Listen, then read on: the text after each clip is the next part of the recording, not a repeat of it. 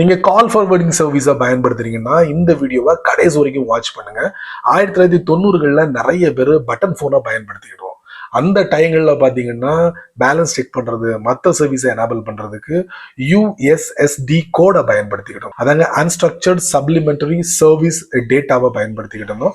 இதுக்கு நம்பர் தெரிஞ்சா போதும், இன்டர்நெட்லாம் தேவைப்படாது. காலப்போக்கில் 3G வந்துச்சு, 4G வந்துச்சு, 5G வந்து அதுக்கப்புறம் இந்த ஜியோ, ஏர்டெல், வோடாஃபோன் அவனுக்குன்னு பிரத்யேகமாக ஆப் எல்லாம் ஓப்பன் பண்ணி வச்சா ஸோ யூசர்ஸ் என்ன பண்ணாங்கன்னா அந்த ஆப்பை பயன்படுத்த ஆரம்பிச்சாங்க. அப்படி இருந்துமே இன்னமும் நிறைய பேர் பட்டன் ஃபோனை பயன்படுத்துறாங்க. இன்னமும் அந்த யூஎஸ்எஸ்டி கோடையும் பயன்படுத்திக்கிட்டு இருக்காங்க. இதுல ஒரு பிளஸ் பாயிண்ட் என்னன்னா, இன்டர்நெட் இல்லாத சமயங்கள்ல கூட இந்த யூஎஸ்எஸ்டி கோடை பயன்படுத்தி நிறைய சர்வீஸை எனேபிள் பண்ணிடுறாங்க. ஆனா ஜியோக்காரன் கொஞ்சம் வித்தியாசமா செயல்பட்டான். அவன் சமீபத்தில் ஒரு செட்டிங்கை அறிமுகப்படுத்திருக்கான். அதுதான் கால் ஃபார்வர்டிங் சொன்னல, அவனுடைய மைஜியோ ஆப்ல ஆட் பண்ணியிருக்கான். ஏர்டெல்லோ வோடாஃபோனோ செய்யலை, நார்மலா உள்ளதை அப்படியே அவன் ஃபாலோ பண்ணிக்கிட்டு இருக்கான். ஜியோக்காரன் மட்டும் மை ஜியோ ஆப்ல கால் ஃபார்வர்டிங்கை ஆட் பண்ணியிருக்கான். அது எங்க இருக்குங்கிறத நான் உங்களுக்கு இந்த வீடியோல பதிவு பண்றேன், கண்டிப்பா தெரிஞ்சுக்கோங்க.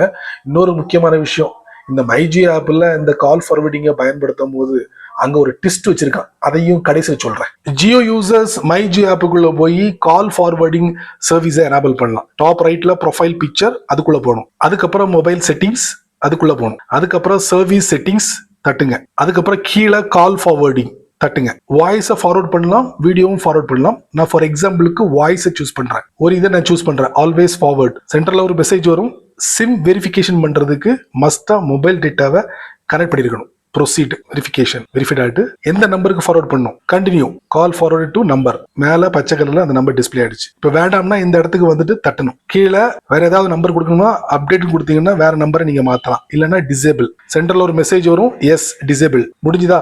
அது வேற ஒன்றும் இல்லை, ஜியோக்காரன் மை ஜியோ ஆப்ல அந்த கால் ஃபார்வர்டிங்கை செட் பண்ணல, அங்க போயிட்டு நீங்க செட் பண்ணீங்கன்னா மொபைல் டேட்டால கனெக்ட் ஆயிருக்கணும். வைஃபைல கனெக்ட் ஆயிடுச்சுன்னா செட் பண்ண முடியாது. அதைத்தாங்க சொன்னேன். ஸோ இந்த மாதிரி சின்ன சின்ன விஷயங்கள் நிறைய தெரிஞ்சுக்கணும்னு ஆசைப்பட்டீங்கன்னா வழக்கம் போல நம்ம சேனல்ல ஃபாலோ பண்ணுங்க.